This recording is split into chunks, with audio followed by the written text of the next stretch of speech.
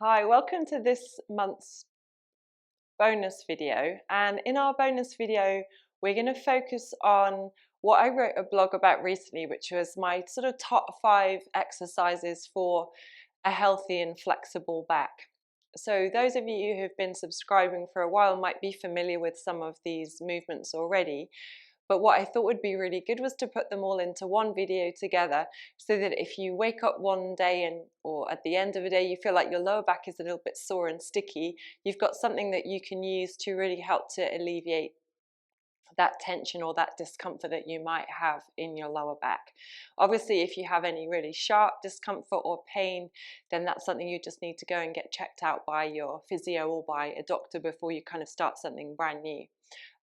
So if you haven't read the blog already, you can just check that out going to the blog page on my website if you're interested in knowing a little bit more. But we'll go through each of the movements and I'll talk a little bit about the benefits of them and the emphasis of the movement, so that you can sort of tune into what you're feeling as we move.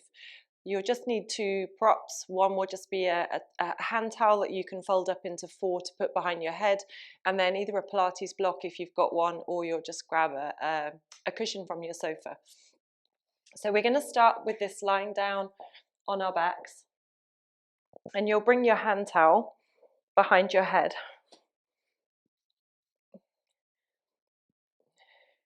And the first thing, just when you come and settle onto your back, is just to sort of notice where you are on your head, which sounds a bit silly, but when you rest on your head, are you more here so that your chin points up towards the ceiling, or are you more here where your chin is really tucked under? And what we really want to do is have the weight into the base of the skull, so you can feel how the back of your neck is really long. And if you touch the back of your neck, there doesn't feel like there's any tension. And sometimes it takes more than one cushion or more than one towel to find that. So when we really want to look to improve the health and the flexibility of the spine when we first start, we really want our spine to start where it's not under any tension at all. So just check for you where you are on the back of your head. Pop a cushion, a towel, or something a little bit higher behind you. And then we want the rib cage to be able to settle back into the floor. So again, if you sort of lie on your back and your rib cage is really pushing up here, that's going to tell you that you need something a bit higher behind the back of your head, and that will encourage your rib cage to just soften and relax a little bit. And then we can just start to tune in then to the weight of the head, the weight of the rib cage, and to the weight of the pelvis. And is it possible just to let those 3 points of contact start to become a little bit heavier into the floor? And notice how your feet have landed, and could your feet just go in line with the 2 bony bits in your pelvis, in your bum, where your sitting bones are located. So they're just right down here, and you want your heels to be in line with those. And then we're going to start to roll the pelvis forwards and back, using the mat to give us some really good feedback. So we'll just start to roll the pelvis very gently in the direction of the floor. Notice how your lower back makes a little bit more contact with the ground now. And then you'll start to roll your pelvis forward. And notice how the skin of the lower back gets lighter. And there are lots of different ways of doing these movements. So I'm going to give you the way that I believe is going to have the most amount of benefit for the lower back and for the whole of the spine. So you could easily move here from your waist, but often when you move from your waist, and if you're looking towards your screen, I'm going to move from my waist now. And hopefully you can see the difference. I'll do this a few times. So I'm just moving from my waist now. And you can see how it almost becomes a fairly strong, forceful, and maybe a little bit of an aggressive movement through my lower back. And to be honest, this doesn't feel very good through my back at all. But I could start to just go back to how I was moving before. And I was thinking more about moving from my 2 sitting bones. So I was rolling across the back of my sacrum, and I noticed how my tailbone pointed slightly up. And then I sent my tailbone down into the floor to send my pubic bone forward. And this feels much better for my lower back now. And what we're doing here is we're mobilizing the lower back, and the lumbar muscles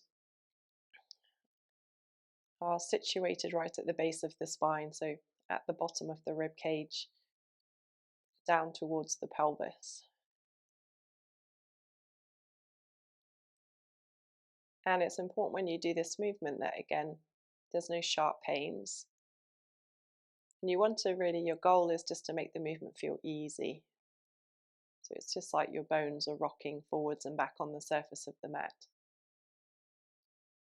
Not thinking about any muscles in particular that will engage, because again, our goal is never to have to tell muscles to contract and to release. They should do them on their own.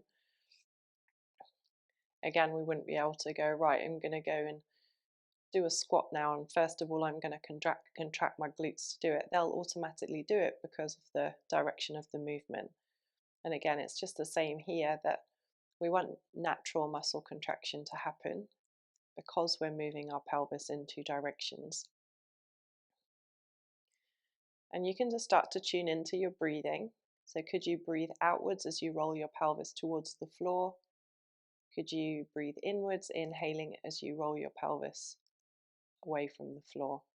And think about your belly button and your pubic bone now. So if you imagine that your belly button has got a 12 o'clock on it and your pubic bone has got a 6 o'clock on it, imagine that there's then a marble in the middle of your clock, and you're just going to roll the marble towards 12, roll it through the middle of your clock, and then towards your 6 o'clock, your pubic bone. And notice if you made the movement really big, the marble would fly off. So again, we're thinking about just the rolling of the marble, and it's not enough for it to kind of fly off into the room.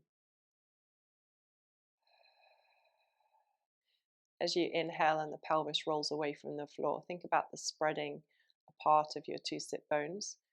They don't necessarily physically move really far apart, just that feeling of tailbone going down into the floor, the two bony bits in the bum just moving slightly apart. And after you do that a few times, notice how the lower back feels. So if it was feeling a little bit tight, do things feel like they've just released a little bit? From here, if you've got something behind your head now, you'll come and take that out. And almost moving on from your pelvic tilting movement, we start to move more through the other areas of the spine. So you could feel how the pelvic tilting movement was more about the lower back and the pelvis.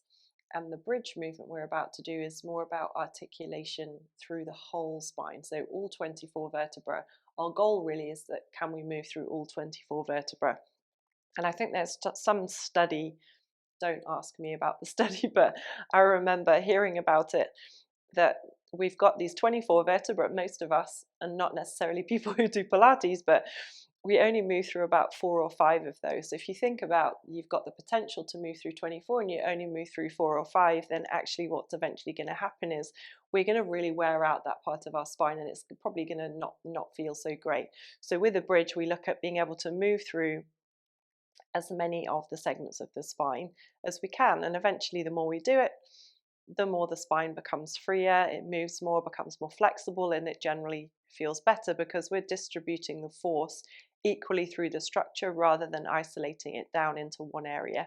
So if you have your feet in line with your sitting bones, press into the feet and see if you can get a sense of the roll of your pelvis towards your 12, so towards your belly button. And then we'll send the feet down into the floor to feel how the pelvis starts to lift up. Think about now your kneecaps reaching forward, your shin bones reaching forward, until you come and you rest between your shoulder blades. And again, there are lots of different emphases on a bridge, but I want you to make sure that at the top your rib cage feels very soft. So again, I'll show you what a not soft rib cage looks like. You'd be up here. So you can see how I've pushed my rib cage up towards the ceiling, and I've compressed my lower back now. And again, that's not going to feel very good, unless of course my emphasis was on trying to extend my spine, which is not. So we're going to just soften. Think about the back of your heart area and how that can really soften back towards the floor. And then when you're resting between your shoulder blades, just visualize the space behind your eyes, where your spine begins from, and start to lay that area down slowly until you can feel the base of your spine arrive onto the mat. We release the pelvis fully so the sit bones open, the tailbone moves back into the floor, and the pelvis just comes back to rest. And then we start to go again. So feet go down, knees and shins travel forward. Imagine you're trying to aim your knees over your big toe and your second toe. Notice the potential of the legs to want to go wider and deviate right and left. So think about the big toe and the second toe side of your foot and how that connects with the floor. And then we'll just start to soften through the front of the body the best we can. So when you breathe out, you're melting your breastbone down to open your back ribs. And then we've got this full nice release of the pelvis. Let's keep going with this.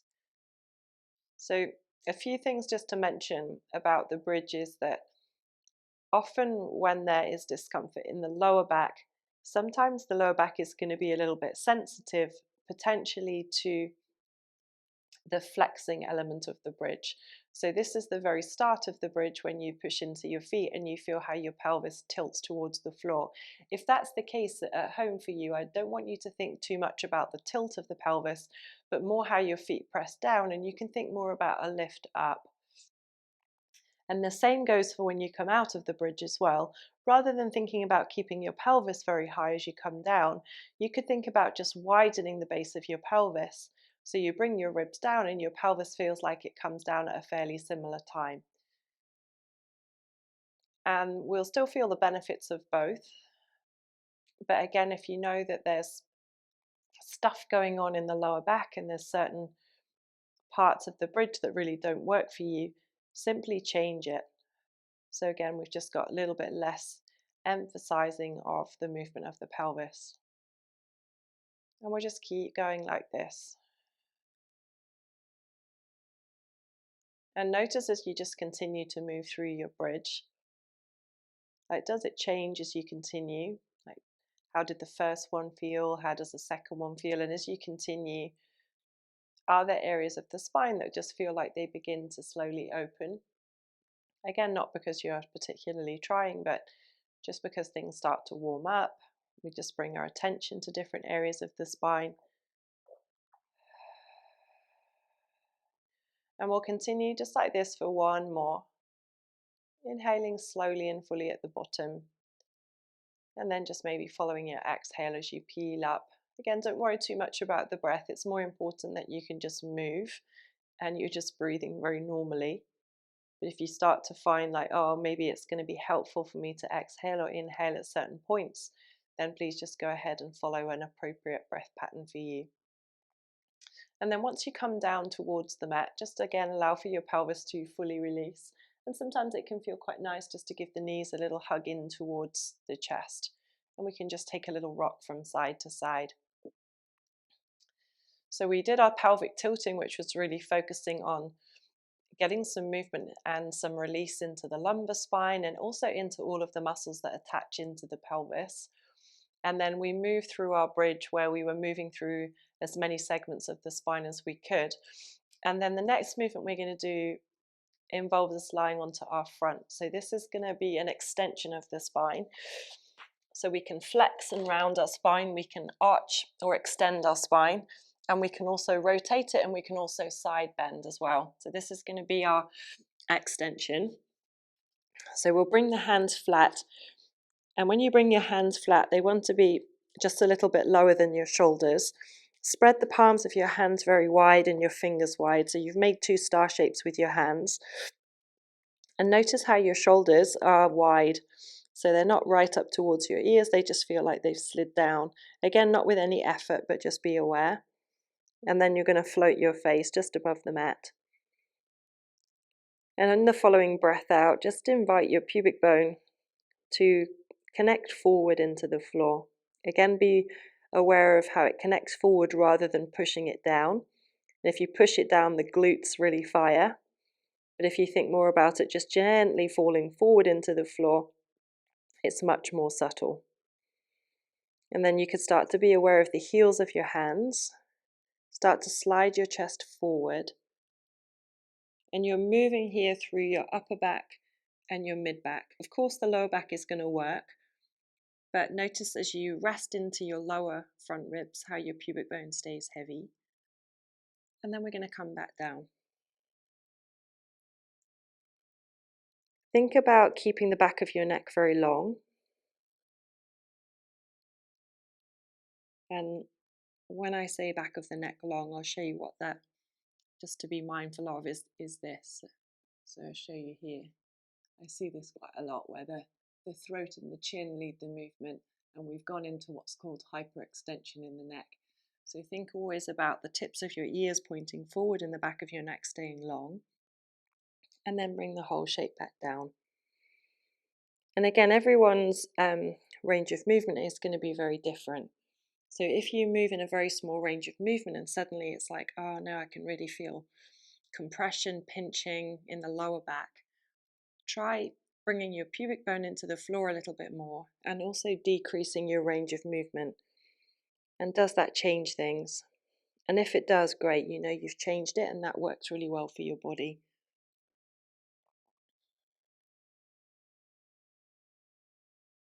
And what we're doing now is we're basically moving the vertebra in a different orientation. So you can feel how the front of your body begins to lengthen. And because the front of the body is lengthening, the back of the body is doing the opposite. So that's where our work is. Our work is in the back. But of course, we haven't kind of collapsed into our front. There's really a feeling of coming forward and up. And the front of the body just becomes a little bit more taut. And as you continue to move in this way, again, you can just notice the breath. Does it feel more natural? Does it help your movement if you're breathing in or breathing out as you're coming up? If at any point it feels like it's sort of stunting your movement, just try reversing. So maybe you change from an in-breath to an out-breath or vice versa. We're just going to stay with this sort of smaller range of movement. We're not going to come into our full extension today.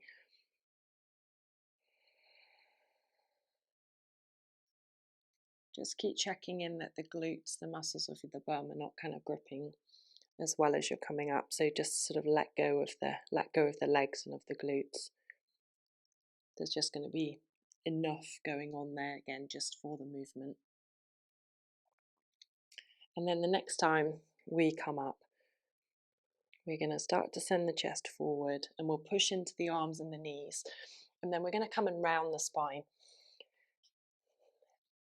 And just rounding the spine in this way, again, you'll feel how it does the reverse of what we've just done, which is often feels very nice, just to sort of open up the base of the back.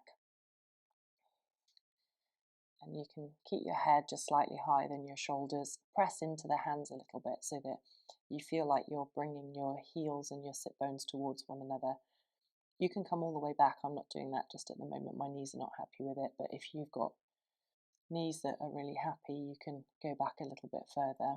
But just to emphasize here how the lower back is opening. And then you can breathe in and out, breathing into that lower back area.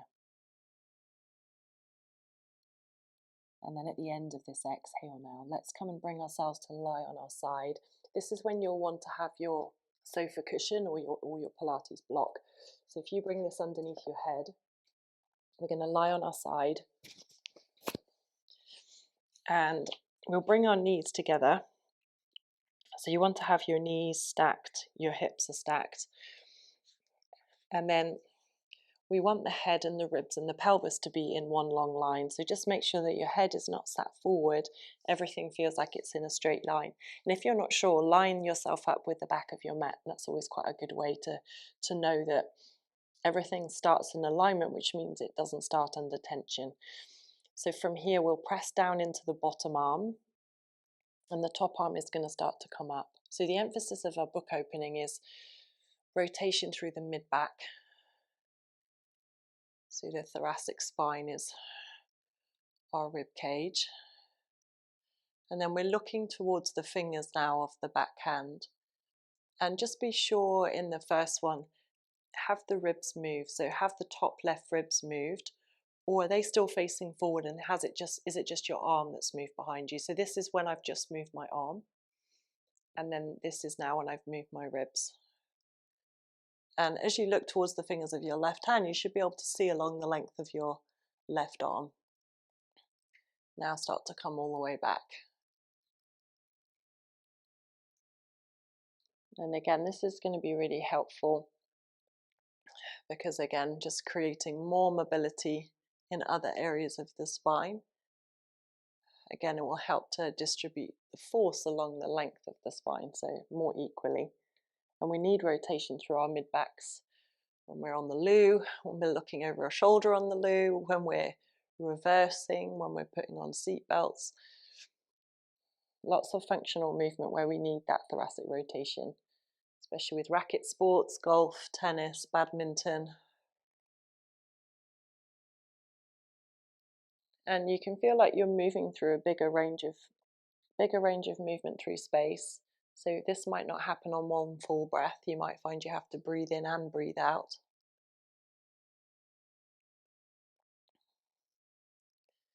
And think about keeping some weight down into your legs. So your top leg can feel very heavy into your bottom leg.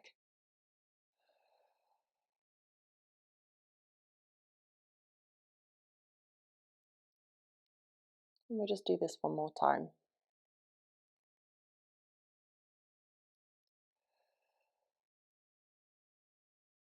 And then we'll bring ourselves all the way back. When we come back over onto our side, we'll do exactly the same on the other side. So switch over now, lie on your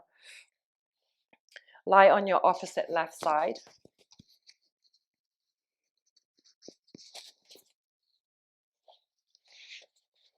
And again, just make sure that you are in one long line. Shoulders are nice and wide away from the ears, knees are stacked one on top of the other. And again, we'll send the bottom arm like you send it down so that the top arm is able to come up. And then feel how your breastbone starts to rotate in an upwards direction towards the ceiling. Again, your eyes can look towards the fingers of your right arm. And then now come all the way back. If you were to find when you're rotating through your upper or your mid back that you could start to feel strain happening through your lower back, try bringing your knees in towards your chest a little bit more. So you could think about going a little bit more into a fetal shape and see if that just helps the lower back. And again, often just decreasing the range of movement can be really helpful.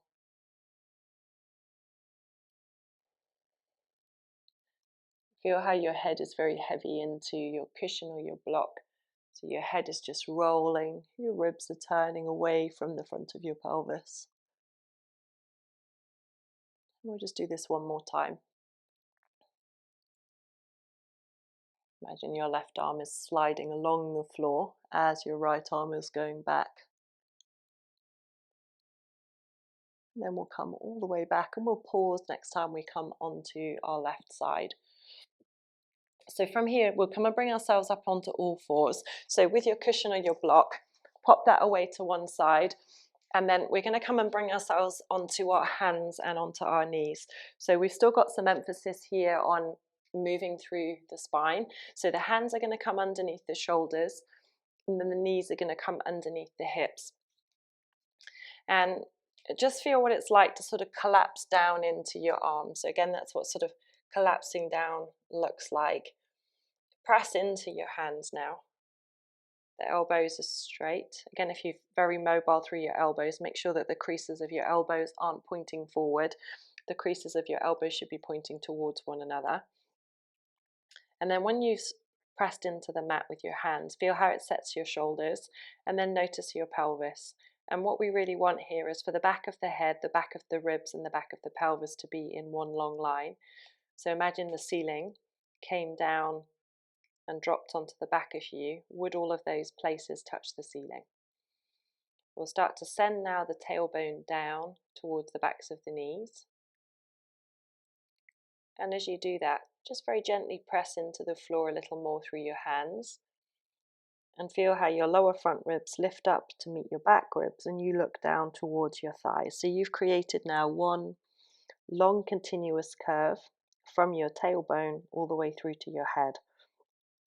So notice how the back of your neck is very long. Now we'll start to release the tailbone And the tailbone will start to lift now up. Your sit bones can start to spread apart, and then start to roll your breastbone forward, and then now take your eyes so that they look out into the distance. So now there's a long continuous arc shape or an arch through your back. Again, send your tailbone down. Let your front ribs meet your back ribs. And then let's come through almost like our neutral position before we then come into our arch. And feel that you're trying to stay equally distributed between your two hands and your two knees. And again, what will often happen to compensate for lack of movement in the spine is that we'll start to rock back. So especially when we come into cat, so this is cat here, often we'll start to come this way. So can you still round your spine but stay with your shoulders over your hands? Again, spread the sit bones, roll the shoulders forward, look forward, send the tailbone down, and then look down. So the crown of your head and your tailbone are always going in the same direction. When we're coming into cat, we're emphasizing the lower back and how that can lengthen. So feel how you're really pointing your tailbone down the backs of your knees. But on the opposite side of your pelvis, your hip bones are lifting up the front of you. Your lower front ribs are also lifting up. And then as you come into your arch, we're really emphasizing the extension of the mid-back. So really roll the shoulders back to send the heart area forward, 2 straight elbows.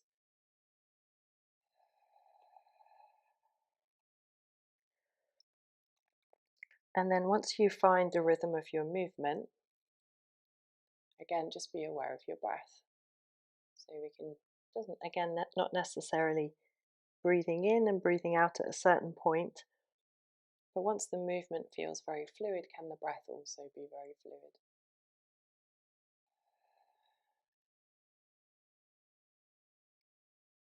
Notice the movement of the head and at what point the head wants to move.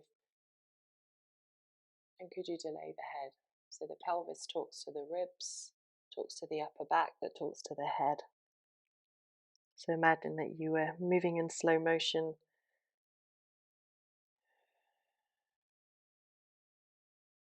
It's like a slow wave that travelled all the way through the spine to your head.